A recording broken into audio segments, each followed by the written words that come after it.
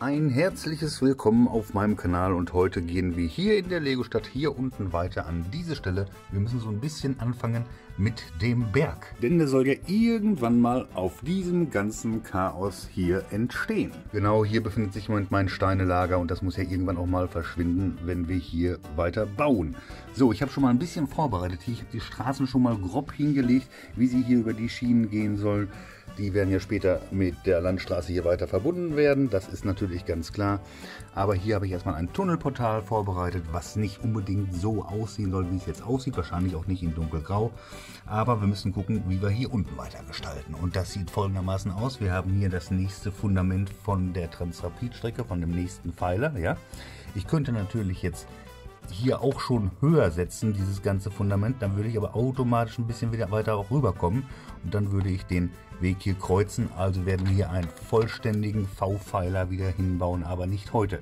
Hier geht es erstmal darum, heute weiter den Weg zu gestalten, ein bisschen die Felsen hochzuziehen und so weiter und so fort. Es geht hier unten los, wahrscheinlich gerade aus einer recht ungewöhnlichen Perspektive, aber ich weiß die Kamera halt nicht einfach hinzustellen. Ich werde jetzt hier ein bisschen die Lücken alle schließen, auch die Lücken zwischen den Felsenelementen. Dadurch wird hoffentlich eine gute Struktur mal entstehen, obwohl verfeinern tun wir ja eh später, das ist ganz klar.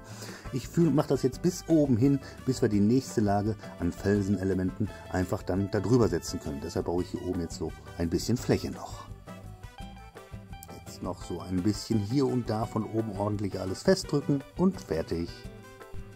Eine solide Grundlage haben wir hier auf jeden Fall jetzt erstmal geschaffen. Das Ganze ist wieder richtig stabil, sodass wir hier schön drauf weiterarbeiten können. Ist auch ein bisschen Fläche dadurch entstanden, sodass wir gut neu ansetzen können. Bevor ich jetzt hier allerdings unten am Weg weitermache, möchte ich doch ganz gerne hier die weiteren Felsenelemente draufsetzen, damit wir erstmal ein bisschen an Höhe gewinnen. So, jetzt heißt es hier, die nächste Lage an Felsenelementen wieder drüber zu setzen. Das heißt, ich werde die jetzt alle hier so platzieren und von unten diese, ja, ich sage immer Stangen, diese 2x10, ja, die werde ich dann einfach unter das Felsenelement setzen und dann einfach hier reinsetzen. So, und dann gucken wir mal ungefähr, wie das hinkommt, wo ich noch ein bisschen unterbauen muss, so wie hier jetzt an der Stelle. Und dann werde ich die alle so schön platzieren und dementsprechend gut wieder miteinander verbinden. Auf geht es und wir setzen die nächsten 4 Felsenelemente einfach oben drauf. Naja, so einfach ist es nicht. Da, wo es ein bisschen übersteht, muss ich die immer von unten wieder unterbauen. Deshalb nehme ich die immer manchmal ab und manchmal wieder setze ich sie drauf. Ja, jetzt noch die Lücken oben schließen, wie unten vorher auch. Und dann haben wir die zweite Lage klasse gelöst und eine tolle, beachtliche Höhe auch schon erreicht. Sieht nach nicht viel aus, ist aber viel. Wir haben jetzt hier eine Höhe bereits schon von 11 cm erreicht. Von der Wand liegen wir insgesamt 24 cm jetzt schon weg.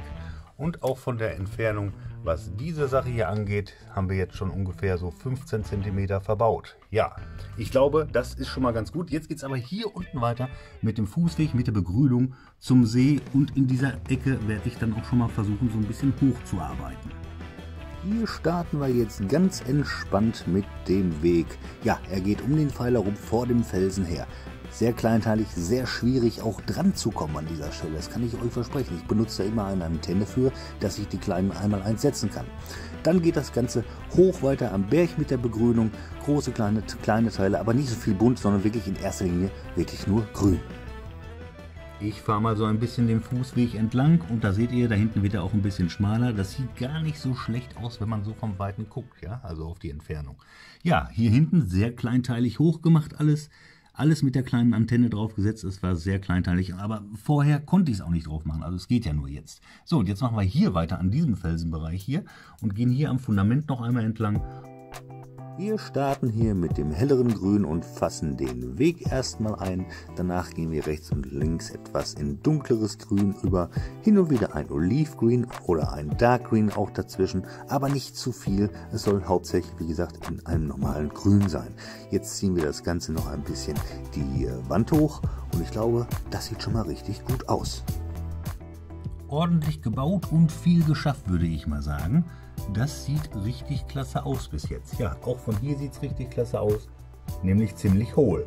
So, was jetzt noch fehlt, sind ein paar Minifiguren. Ich weiß gar nicht, wie viel ich überhaupt schon in der Stadt habe. Ich habe vor 2 Jahren ungefähr 780, glaube ich, gehabt. Müsste man eigentlich auch mal wieder zählen. Ein Gewinnspiel machen oder sowas. So, jetzt geht es weiter, wie gesagt, mit den Minifiguren. Und zwar mit so richtig schönen alten Minifiguren. Finde ich gar nicht so schlecht, ja. Noch richtig oldschool, kann man ja fast schon sagen. Ja, 3 Stück setze ich hier hin. Und noch einer hier hinten vielleicht. Oder hier. So, und schon sieht das Bild doch gleich schon wieder viel belebter aus. Und jetzt geht's zum Vorher-Nachher-Bild. Kommen wir heute zum Vorher-Nachher-Bild. Was ihr seht, passiert jetzt hauptsächlich in der Bildmitte. Und auf geht's. Vorher und nachher. Und ich glaube, das sieht richtig stark aus, wenn man so diesen Unterschied sieht. Mir gefällt das richtig gut. Schreibt es mir gerne in die Kommentare, was ihr davon haltet vom heutigen Vorher-Nachher-Bild. Ja, ich finde es sensationell. Letztendlich muss ich natürlich sagen, es waren zwar heute nicht die meisten Steine, aber auch nicht wenig. Ja, das kommt noch hinzu, denn es ist doch, wie gesagt, beachtlich. Ich zeige es mal einmal noch von oben.